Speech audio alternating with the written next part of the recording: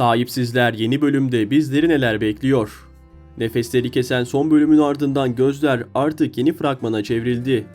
Özellikle Devran ve Azize'nin birlikte zehirlenmesi final sahnesine damgasını vurdu. Ve herkesin aklında tek soru var. Şimdi ne olacak? Bu bölümde sadece bu büyük olayın etkilerini değil, aynı zamanda sezon finaline doğru giderken yaşanabilecek tüm gelişmeleri birlikte değerlendireceğiz. Tüm ihtimalleri masaya yatıracağız. Aynı zamanda Azize'nin yaşadığı problemleri, Devran'ın ailesiyle olan sorunları ve diğer karakterlerin ilişkileri yeni bölüme damga vuracak gibi görünüyor. Videomuza geçmeden önce eğer siz de Sahipsizler dizisini seven ve bu dizinin uzun süre ekranlarda kalmasını isteyenlerdenseniz videomuzu beğenerek bizlere destek olmayı unutmayın. Beğeni sayımızda dizinin ne kadar büyük bir hayran kitlesine sahip olduğunu hep birlikte görelim. Ayrıca yorumlar kısmına da dizideki favori karakterinizi yazarsanız çok seviniriz. Hazırsanız şimdi gelin hep birlikte yeni bölümü detaylıca analiz edelim. Sezon finaline doğru ilerlerken Sahipsizlerde tansiyon iyice yükselecek.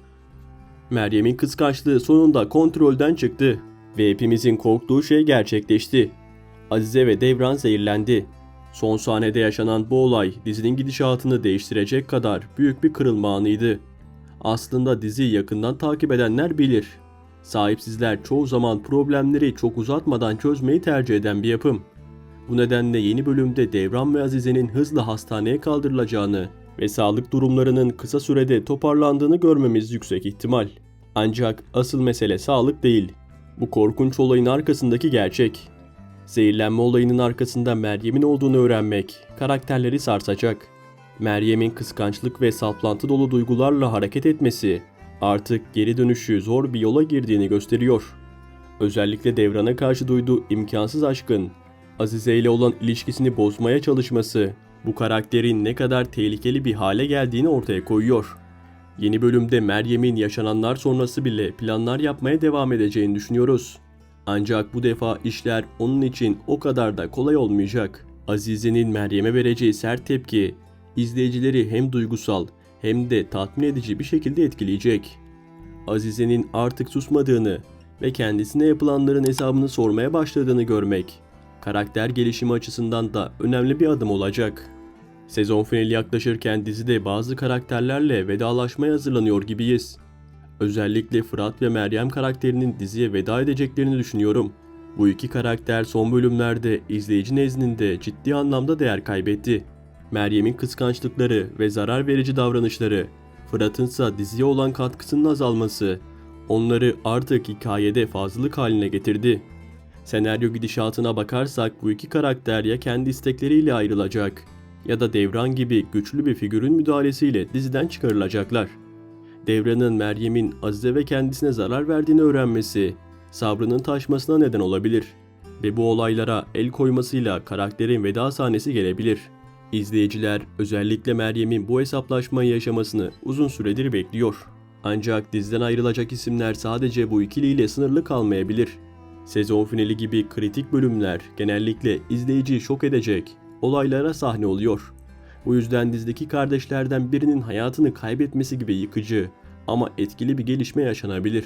Böyle bir olay hem dramatik yapıyı güçlendirir hem de yeni sezon için duygusal bir beklenti yaratır. Yeni sezona daha güçlü bir şekilde başlamak isteyen yapımcılar böyle sarsıcı veda sahneleriyle diziyi daha unutulmaz hale getirebilir. İzleyiciyi ekran başına kilitlemek ve şimdi ne olacak sorusunu sordurmak özellikle sezon arası için çok etkili bir taktiktir. Biraz da Devran ve Azize aşkından konuşmak lazım. Çünkü bu ikilinin arasında yaşananlar sadece dizinin değil, izleyicinin de kalbine dokunmayı başarıyor. Özellikle Devran'ın Azize'ye duyduğu sevgiye sahip çıkması ve her zorluğa rağmen onun elini bırakmaması, bazı sahnelerde acaba Devran değişecek mi diye içimizden geçirmedik değil.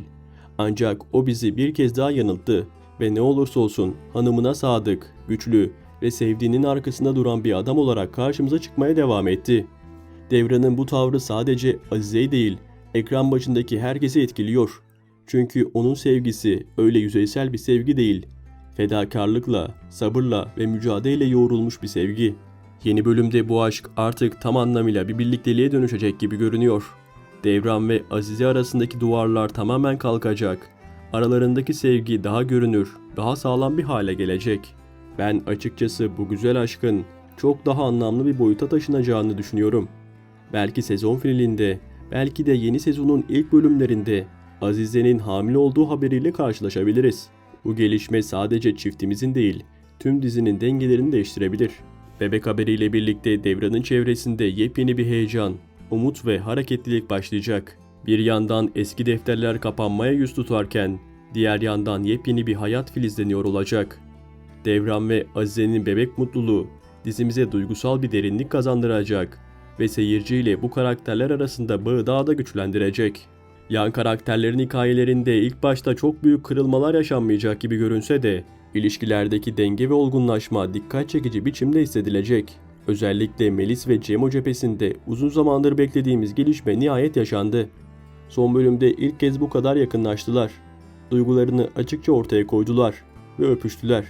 Bu sahne sadece onların ilişkisi için değil, dizinin genel havası açısından da oldukça önemliydi.